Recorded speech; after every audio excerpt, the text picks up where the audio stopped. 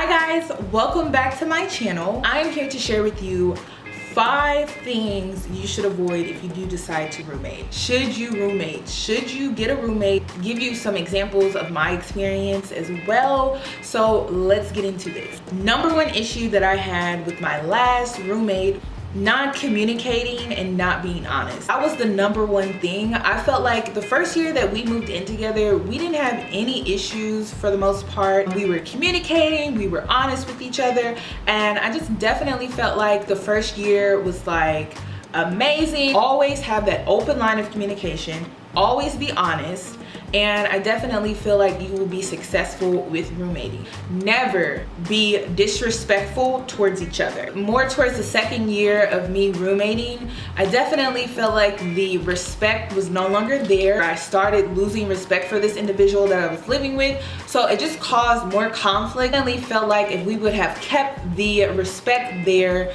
it could have been a more positive and more just a better outcome as far as us separating. I definitely feel like if you do decide to roommate, always have respect for each other. Doesn't matter if it comes with disagreement, you don't agree with what the other person is doing. At the end of the day, the person that you are living with, they are human, you are human, and always keep that respect there. Like, you won't have any issues as far as problems with each other. Not being understanding. What you have to understand is that when you decide to get a roommate, the way they grew up versus how you grew up are completely different. So I'm saying the smallest thing. For an example, my ex-roommate, one of the pet peeves that I had regarding her, whenever she would enter the room or she would come home, she never said, "Hey, how are you doing? Hello, how was your day?" It was just like she would come in, she wouldn't say much, and she would go straight to her room and things like that. And that bothered me because that is definitely not how I grew up.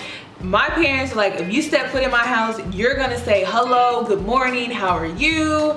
Hi, I exist, hello, I live here. Like, that was the type of parents that I had. But later I found out that she did not grow up like that. It was completely opposite. She could walk into a room and not speak, and that was acceptable in her household. You need to have understanding with each other that, you know, the way you grew up is not going to be the same, and it's going to be different. It's going to take time adjusting. If there are hard limits for you, bothers you, this is something that you can't sweep under the rug, you need to go back to number 1, which I stated. You need to have that open line of communication, and that honesty always needs to be present. Ensuring safety. And what I mean by that, I've stated so many times before, prior to moving, I lived in not such a nice area. You need to have, once again, that open line of communication, that honesty, it needs to be there, because you need to communicate with the next person. If you don't live in such a safe or nice environment, you guys need to communicate with each other to ensure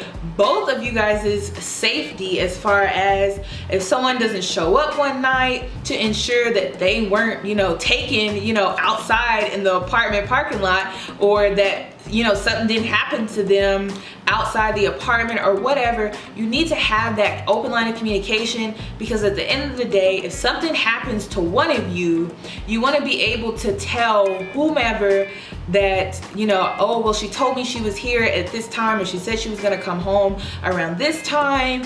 You need to have that open line of communication, just because the world is getting crazier, you guys. You just don't know what could possibly happen, and you don't want your roommate to come up missing and you have no idea where she was last, or when she stated she may be arriving home, because that is definitely crucial if someone comes up missing or whatever the case may be.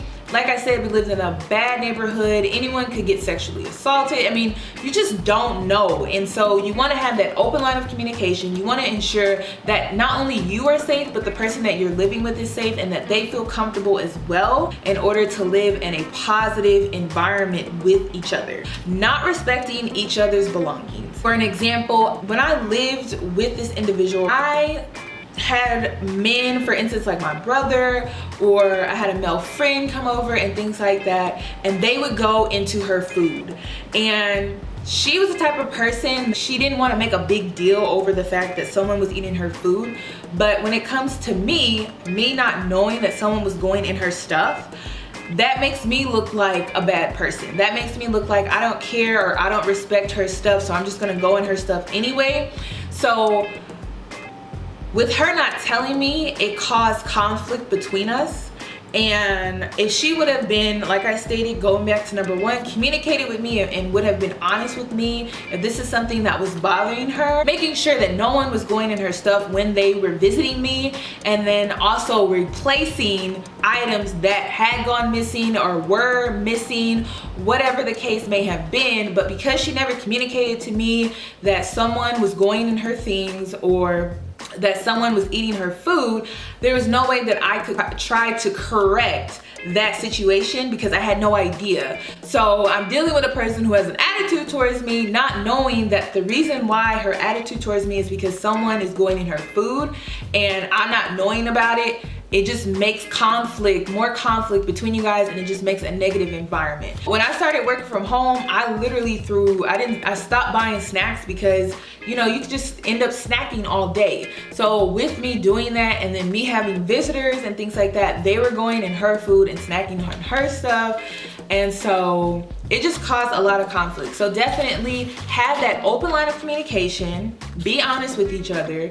And I definitely feel like roommating can work. I have a best friend who has 2 roommates and she's been rooming with them in LA for almost 3 years now. And yeah, they ran into some issues, you know, but they were able to work those things out by communicating and by being honest. And so that's why I definitely state my number one tip in this whole roommating situation: be honest and communicate with each other, and you won't have any issues. That is pretty much my advice on roommating. I definitely feel like roommating can work. You just need to have that respect and understanding and honesty there, and it can work. I've seen it work. Like I said, I have a best friend who's been roommating in LA for about 3 to 4 years now, and like I said, they had issues, you know, just like any other roommates would have, but like I stated, they were able to work it out with communicating and being honest and being understanding. So yeah, that's pretty much all that I have regarding this roommate tip video. If you have any tips that you want to share, definitely comment down below. If you have any additional questions, please comment down below. Thank you so much for watching, and I hope to see you in my next video.